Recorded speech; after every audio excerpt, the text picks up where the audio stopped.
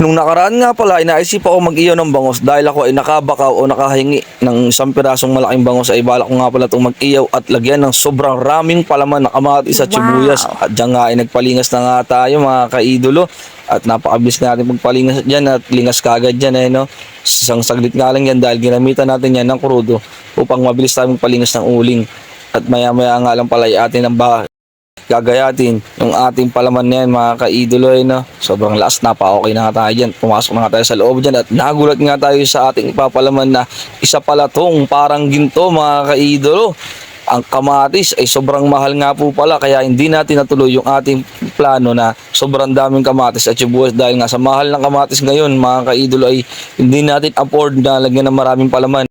Dahil nga sa halagang 10 piso ay isang kamatis lang ang mabibili mo, hindi kagaya doon halos 5 piraso na yung mabibili mo at isang sibuyas lang din natin nilagay dahil nga isang kamatis lang para partner lang yung ating magiging palaman dahil talaga sobrang mahal ang bilihin ngayon mga kaidolo ay hindi na natin magawang ramihan ng palaman ng kamatis dahil nga 10 piso isa dahil ito parang ginto na ngayon mga kaidolo na at dyan nga inilagyan ko lang ngayon ng asin at ating imekos-mekos lang ngayon mga kaidolo ng ating kamay malinis po ang ating kamay at yan po tayo nagugas naman po at kami lang naman po ang kakain na diyan nga ilalagay na natin yung ating palaman sa ating nabakaw na bangus.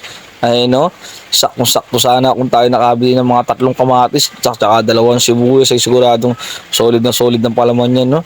Talagang isa to sa mga sarap na ulam at pulutan. Ang iniyaw na bangus ay ng mga kaidol at babalot natin yan sa foil ng gusto ng karamihan. Yung foil na yan At dyan nga ibabalot na natin yan sa foil na talaga naman napakasarap na ulam na yan at may matitira ay pwede rin gawing pulutan pero ako ay ubus na ubus sigurado sa amin yan solid na yan kasi nga kami ay malakas sa ulam lalo na sa bangus lalo na pagka iniyaw na may palamang sibuyas at kamatis napakasolid na yan.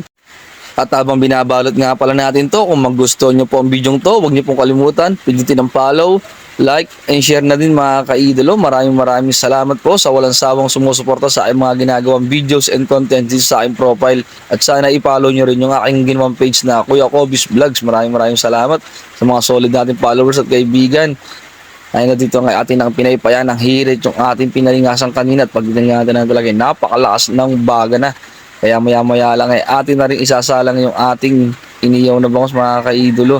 At yan ay talagang ating panghiniritan para mas mabilis itong magano at yan na nga. Isasalangan na nga natin yung ating pamalangasang iniyaw na bangus with 1 kamatis and 1 sibuyas. With tipid recipe lang yan mga kaidolo dahil nga sa sobrang mahal ng kamatis ngayon mga kaidolo.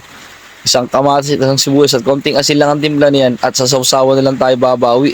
At yan nga ay muna pinilex ang ating iniyaw na bangus. Kapag iiyaw nga pala ng bangus ay na nakabalot sa foil ay 10 minutes to 15 minutes ay maluluto na kagad. Luto ng kabilang side pwede nang baliktaran. Napakasimple at napakabilis nga lang mag-iiyaw natin sa balot sa foil kasi nga ito ay antimano ay atin ang hinango.